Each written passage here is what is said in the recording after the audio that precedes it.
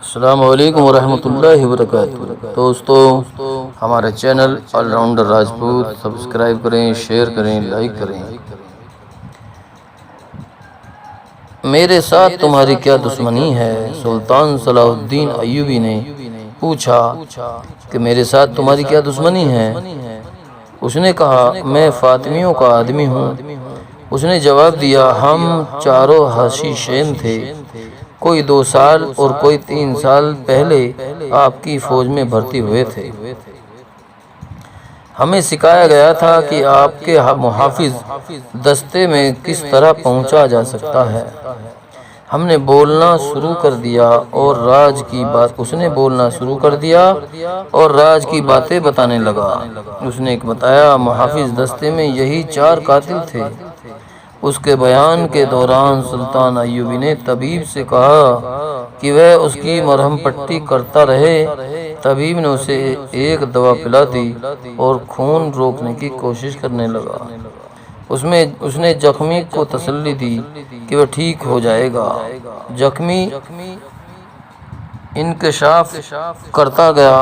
اس نے معزول فاطمی خلافت اور حشیشین کے معاہدے کو بے نقاب کیا۔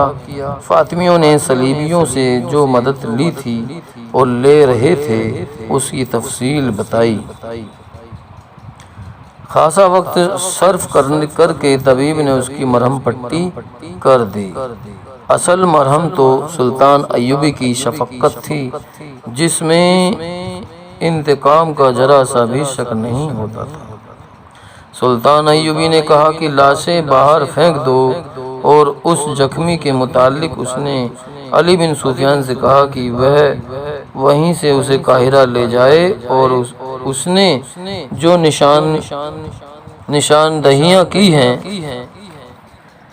ان کے خلاف کارروائی کریں۔ زخمی نے نہایت کارآمد سراغ دیے تھے۔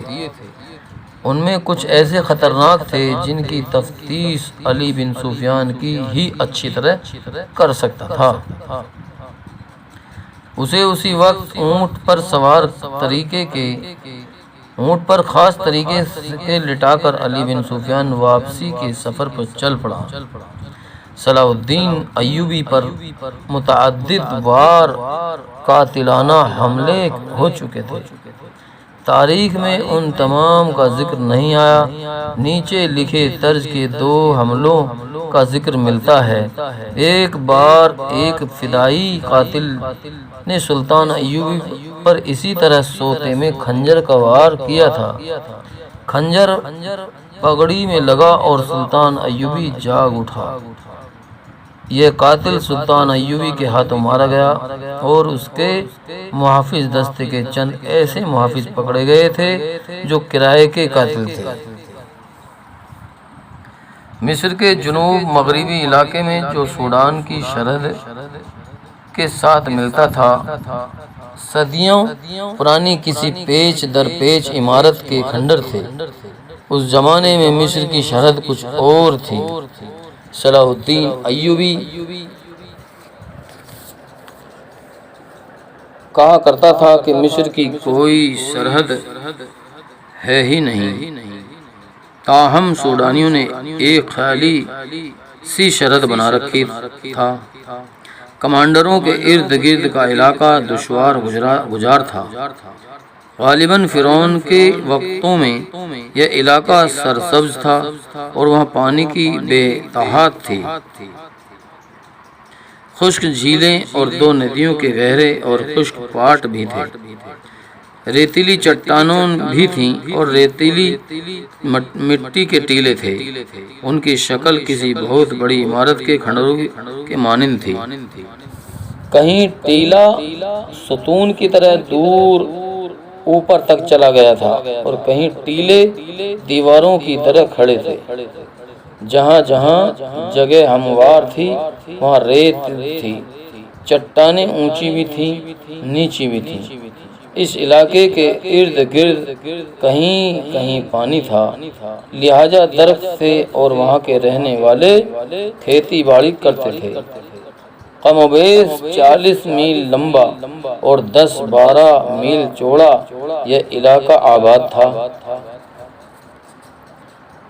یہ آبادی مسلمان تھی، ان میں کچھ لوگ مسلمان نہیں تھے، ان کے عجیب و غریب سے عقیدے تھے۔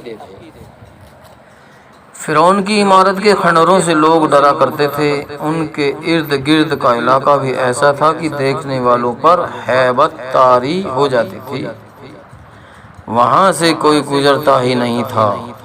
لوگ کہتے تھے کہ وہاں بد روحیں رہتی ہیں جو دن کے دوران بھی جانوروں کی صورت میں گھومتی پھرتی رہتی ہیں، اور کبھی اونٹوں پر سوار سپاہیوں کے بھیس میں اور کبھی خوبصورت عورتوں کے روپ میں نظر آتی ہیں، اور رات کو وہاں سے ڈراؤنی آوازیں بھی سنائی دیتی ہیں۔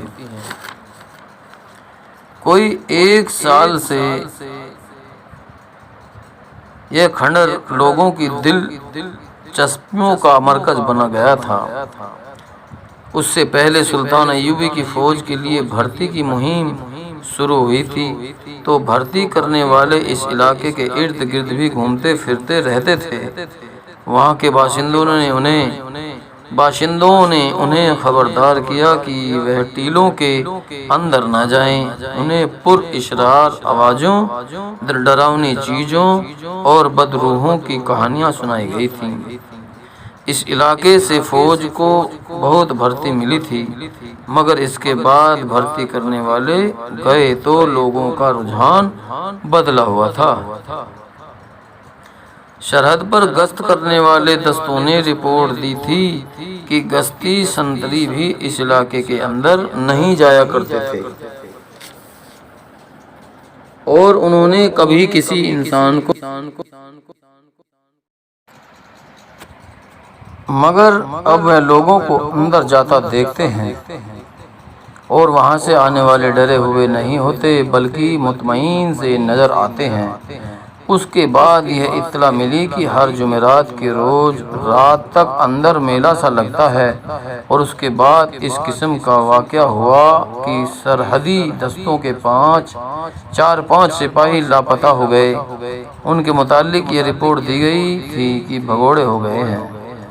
سلطان ایوبی نے جہاں دشمن کے ملکوں میں جاسوس بھیج رکھے تھے، وہاں اس نے اپنے ملک میں بھی جاسوسوں کا جال بچھا رکھا تھا۔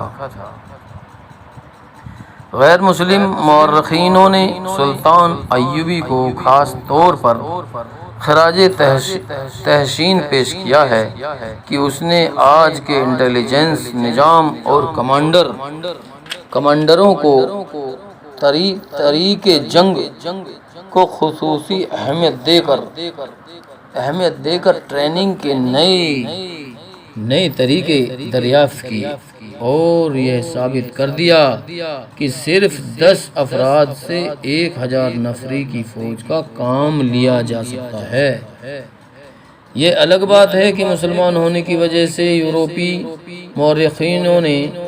مورخوں نے سلطان ایوبی کے اس فن کو تاریخ میں اتنی جگہ نہیں دی جتنی دینی چاہیے تھی، لیکن اس دور کے واقعہ نگاروں نے جو تحریریں قلم بند کی ہیں، ان سے پتہ چلتا ہے کہ اسلام کا یہ عظیم پاسبان انٹیلیجنس، گوریلا اور کمانڈروں آپریشن کا کس قدر ماہر تھا۔ اندرون ملک اس کی انٹیلیجنس گوشے گوشے پر نظر رہتی اور فوج کی مرکزی کمان کو رپورٹ دیتی رہتی تھی۔ یہ اسی نظام کی اعلیٰ کارکردگی کا ثبوت تھا کہ مصر کے دور دراز کے ایسے علاقے کی سرگرمیوں کی اطلاع بھی مرکز کو پہنچا دی گئی تھی، جس کے متعلق کہا جاتا تھا کہ اس چھوٹے سے خطے کو تو خدا نے بھی فراموش کر رکھا ہے، مگر مخبروں نے وہاں کے لوگوں کی صرف ذہنی تبدیلی دیکھی اور اس کی اطلاع دی تھی۔ انہیں ابھی یہ معلوم نہیں تھا کہ اندر کیا ہوتا ہے۔ اس اطلاع کے بعد 2 مخبر قتل یا لاپتہ ہو گئے تھے۔ وہاں کے لوگوں نے نہ صرف ٹیلوں کے ڈراؤنے علاقے کے اندر جانا شروع کر دیا بلکہ وہ فرعونیوں کی اس پیچ در پیچ عمارت کے کھنڈروں میں بھی آنے جانے لگے تھے، جہاں جانے کے تصور سے ہی ان کے رونگٹے کھڑے ہو جایا کرتے تھے۔ کچھ عرصے پہلے اس کی ابتدا اس طرح ہوئی تھی کہ ایک گاؤں میں ایک ستر سوار آیا۔ یہ اجنبی مسلمان اور مصری تھا۔ اس کا اونٹ اچھی نسل کا اور تندرست تھا۔ اس مسافر نے گاؤں والوں کو اکٹھا کر کے یہ قصہ سنایا کہ وہ غربت سے تنگ آ چکا تھا، اب وہ راہ جنی اور چوری کے ارادے سے گھر سے نکل کھڑا ہوا تھا۔ وہ پیدل تھا۔ وہ اس امید پر اس علاقے میں آ گیا کہ یہاں کوئی آبادی نہیں، اس لیے راہ جنی کرتے پکڑا نہیں جائے گا۔ وہ بہت دن پیدل چلتا رہا مگر اسے کوئی شکار نہ ملا۔ آخر ٹیلوں کے اس علاقے جہاں کوئی نہیں جاتا وہ جا کر گر پڑا۔ اس کے جسم میں طاقت نہیں رہی تھی۔ اس نے آسمان کی طرف ہاتھ بلند کر کے خدا سے مدد مانگی۔ اسے ایک گونجدار آواز سنائی دی، تم خوش قسمت ہو کہ تم نے ابھی گناہ نہیں کیا، گناہ کی صرف نیت کی ہے۔ اگر تم کسی کو لوٹ کر یہاں آتے تو تمہارا جسم ہڈیوں کو پنجر بن جاتا اور شیطان کے چھوڑے ہوئے درندے تمہارا گوشت جو تمہارے سامنے پڑا ہوا ہوتا تمہیں دکھا دکھا کر کھایا جاتا۔ اس آواز نے اجنبی پر گشی طاری کر دی۔ اس نے محسوس کیا کوئی اسے اٹھا کر لا رہا ہے۔ اس نے آنکھیں کھولی تو وہ بیٹھا ہوا تھا اور اس کے سامنے ایک سفید ریش بزرگ کھڑا تھا جو دودھ کی مانند سفید اور آنکھوں سے نور کی شعاعیں نکلتی تھیں۔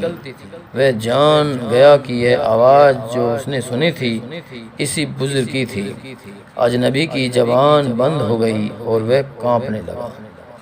بزرگ نے اسے اٹھا کر کہا، مت ڈرو مسافر، یہ سب لوگ جو یہاں آنے سے ڈرتے ہیں بد نصیب ہیں، انہیں شیطان ادھر آنے نہیں دیتا۔ تم جاؤ اور لوگوں سے کہو کہ یہاں اب فرعونوں کی خدائی نہیں رہی۔ یہ حضرت